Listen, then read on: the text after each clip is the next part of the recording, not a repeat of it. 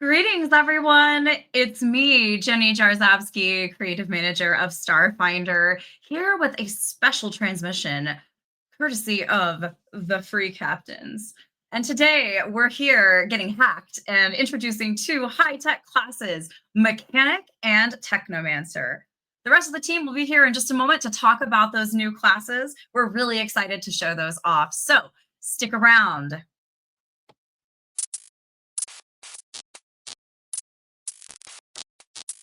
Hi, I'm Jessica Catalan, Senior Developer here at Paizo with a focus on the Starfinder Society. My pronouns are she, her.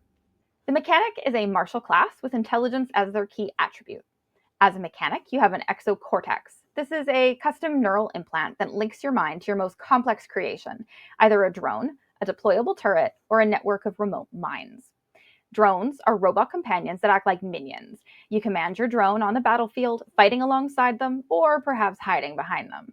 Your drone is customizable, and when it's damaged, it's up to you to repair it. They're your trusty robot pal. Turrets are a weapon that you deploy onto the battlefield with the deploy turret action. Once deployed, you can fire your turret remotely. Your turret has a number of different configurations called arrays, which determine its damage type, range, and other traits. You can easily swap between arrays out of combat, perhaps changing it from a chain gun to a laser beam or a volt thrower, whatever best suits your situation or preferences. In all other ways, this turret is a weapon, which you can improve and install weapon upgrades into. Mines are remote explosives that you place on the battlefield using the deploy mine action, and you trigger using the detonate mine action or reaction. During your daily preparations, you create a set number of mines, but as you use them, you can easily craft more mines outside of combat, ensuring you're always ready when danger approaches. Mechanics also have a custom rig, which is a specialized toolkit that you customize and improve as you level up. Using your trusty custom rig, you can quickly modify your exocortex or a piece of equipment, temporarily tweaking its effects by applying one of the mods you know. Mods have a variety of effects, so if you want to ensure a grenade or area weapon makes an extra big boom, by increasing its area, use long-range propulsors to extend the range of your gun, or troubleshoot to end the glitching condition, you'll want to take the modify action. You also know a few mods that you can only use on your exocortex, such as Desperate Repair on your drone, Pinpoint Shot on your turret, or Smart Mine to ensure your allies aren't hurt by your next explosive detonation. Mechanic feats give you choices to empower your exocortex, learn new mods, and perform exciting feats on the battlefield. Take multidisciplinary mechanic to dabble in biotech, magitech, or necrotech. Use mods like Biometric Assessor to learn about your foes you damage, or Adaptive Camouflage to veil yourself in holograms to better slink across the battlefield. At high levels, you can even make mods permanent. Increase the stats of your drone, give it extra customizations, or install rocket boosters or spinning blades to take it from a cute little robot buddy to the ultimate drone. Add deflective shielding or area fire to your turret, coordinate with your turret to make a tactical team up or coordinated shot, or use Auto Tiger to fire on your foes as a reaction. Rapidly litter the battlefield with mines using instant deployment or double deployment. Manipulate the battlefield with gravitic dampeners or terraforming mines. You can even heal your allies with healing mines. Whether you want to craft something, repair something, or break something, the Mechanic is the one for the job. And with that, it's time to get building. I hope you enjoyed the sneak peek at the Mechanic class. Hi, I'm Mike Kimmel. I'm a senior developer on the Starfinder team, and I'm here to talk about robot companions. Robot companions follow the same rules you might be familiar with about animal companions from Pathfinder Second Edition, but with a few updates. Instead of choosing a type of animal, when you gain a robot companion, you choose a chassis. Each chassis has different statistics, as well as a unique support benefit and advanced maneuver. You could, for example, take an agile robot companion. Lightweight and evasive, it can make a surgical strike that deals precision damage. Or an imitator companion. Cunning and skilled in mimicry, it's hard to tell your robot apart from a living creature. A powerful robot companion, you guessed it, is built for power. Its strikes can knock creatures prone. A surveillance companion is sly, with a subtle design, equipped with a blinding spotlight. The tank chassis for a robot companion is bulky and tough. Your robot companion can act like a battering ram. Of course, just like animal companions, you can customize your robots with feats to make them more powerful. Robot companions can gain armor upgrade slots, skills, new movement speeds, and even more options. A mechanics robot companion, as Jessica discussed, is called a drone, and mechanics have even more options when it comes to their drone and how they can use it in combat, such as by modifying it temporarily to give it even more options, or through feats that they can gain to further customize their robot companion or drone. We hope you have a lot of fun trying out the drone as well as the turret and mine options for your mechanic. Greetings, Starfinders. My name is Dustin Knight, Starfinder designer, and I'm here on the stream tonight to talk about the Technomancer. The Technomancer is a class coming out in the playtest today and is a prepared spellcaster of the arcane magic tradition with focus spells called magic hacks. Nerd. Technomancer's key attribute is intelligence. Nerd. Confirms. That's okay. We're all nerds, right? It's fine. Right. So one of the first abilities we wrote for the Technomancer was the Spell Cache. It is a selection of spells that you can download as a free action to replace a spell that you prepared earlier in the day, as this is a prepared spellcaster. This could have a lot of really fun uses, like replacing a utility spell that you weren't sure if you needed for that adventure, or just having your favorite spell ready for when you need it. But the main core chassis of the class is that the Technomancers use magic energy to hack into the universe's fundamental underlying code. They can store excess magic energy when they cast spells into their equipment, and then they can take that energy from their equipment to power up their future spells. Using the actions Overclock Gear and Jailbreak spell. So overclock gear is something that I recognize, or overclock is a term we used in Starfinder 1, but I believe jailbreak, that's brand new, right, Dustin?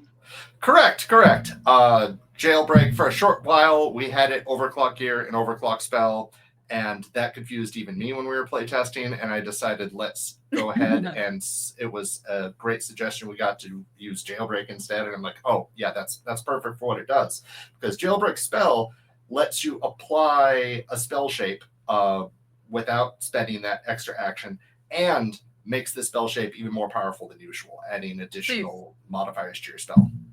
So playtest version, you jailbreak a spell to essentially get a free spell shape without the action tax, and get it, do a little extra, because you're hacking, right? Like you're hacking magic. Exactly. You are programming your own magic. Amazing. Yep. Now, the different selections you make with your Technomancer, the most important selection you make as you build your Technomancer is your programming language. This determines the magic hacks that you learn, what spells are in your spell cache by default, a bonus spell shape, and boosts for when you overclock your gear or jailbreak your spell. So 2 things. One, do you ever have to clear your spell cache? Because that's funny. Well, you could only use it once every 10 minutes. I'm going to say yes. So you do have to clear your spell cache, but it's a passive thing that's written into the class for you. You're welcome, everybody. And 2, can you share with us those programming languages? I really like the names of those. I would love to. So the first programming language is DPS++. This is the language of all of our weapons and weapon upgrades, which helps universalize these. We're going to get emails. Yes, that's why you could get a weapon upgrade from Brethida and put it in a gun you bought on Akaton. They're all done with DPS++. It allows your weapons to deal extra damage, break through targets' defenses, and cast spells that boost your destructive capabilities. It's, I believe, going to be the best, especially single-target damaging programming language. There's also the Fort Run, in all caps, programming language. That's the language of armor and armor upgrades. It boosts your defenses, helps you evade enemies, and helps not only protect you, but allows you to use more powerful area of effect and explosion spells without worrying about it blowing up your face. Always important. Exactly. The servo shell programming language is for mini-bots, drones, robots, and other tech creatures across the Pact worlds. And it is designed to help you summon, control, and boost your tech minions. Ooh, that's pretty neat. Right. The Viper programming language was designed by the Aspis Consortium to make a universal language for consumable Magitech items, such as spell gems and spell chips. It allows you to use spent spell gems and broken spell chips to reload your guns and shoot them at people for extra damage, or throw them like grenades, or even recharge spent spell gems and spell chips for maybe one more cast. So there really is something for not every, but maybe a lot of the categories of technology that we have. So there's, something for armor, if you want to be kind of a damage weapons specialist, if you want to have a robot buddy, maybe not as robust as the mechanics drone companion, but Right. if you are able to get a robot, maybe say in the future, if you have some sort of these items where you were talking about that are available in a future book, or potentially in the future through feats, you might find yourself with a robot companion. You could use your minion that way. And then, of course, the spell gems and spell chips angle will be really interesting. I do hope somebody gets to play test that and lets us know what they think. Right.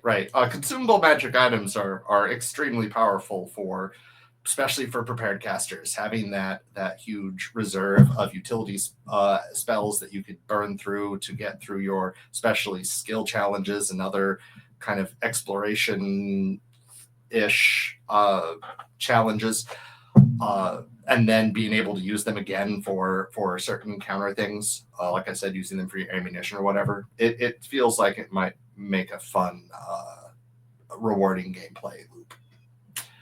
But of course, Technomancer also has a host of awesome feats. Tons of really fun feats. There's over 25 spell shapes they could choose from, some of which are focus spells, but many of which are also feats. There's also a fun line of counter spell feats, such as Pirate Spell. There are ways you could recognize a spell, counter it, and then put it in your spell cache that you can download it once to use back at your enemies. And very powerful magic hacks like God Mode, Speedrun, just a lot of fun stuff there. There's even a line of feats that let you apply multiple spell shapes into a single spell, and I'm really curious to see if that is a fun avenue that some of our Technomancers will take. Absolutely. In conclusion, I'm really looking forward to hearing everyone's comments and seeing how much fun everyone has playing the Technomancer. And I hope you all enjoy hacking your gear, your magic, and reality itself. Get out there and hack the planet. Bye! So, how do you playtest? The playtest launches today, April 21st, and continues through May 30th, 2025. You can check out Paizo website, starfinderplaytest.com, to see a PDF of those classes, as well as our robot companions, which is something you mechanics are probably going to want to get your hands on. You can also check out our playtest adventures, like A Cosmic Birthday for levels 1 through 5, Empires Devoured starting at level 10, as well as our playtest scenarios. It came from the vast shards of the glass planet and more. Also, keep an eye on our blog for some playtest encounters to help you with more situations to playtest. We'll be looking for your feedback until May 30th, but don't worry. Even after that, you'll still be able to play your mechanic and technomancer characters at Starfinder 2 launch. Organized Play will have pre-gens of Raya and Quig to get you started. We'll look forward to your feedback from our surveys on Paizo.com and our partners like Demiplane. Until next time, this is your hacked captain speaking, Jenny Jarzabski. See you later, Starfinders.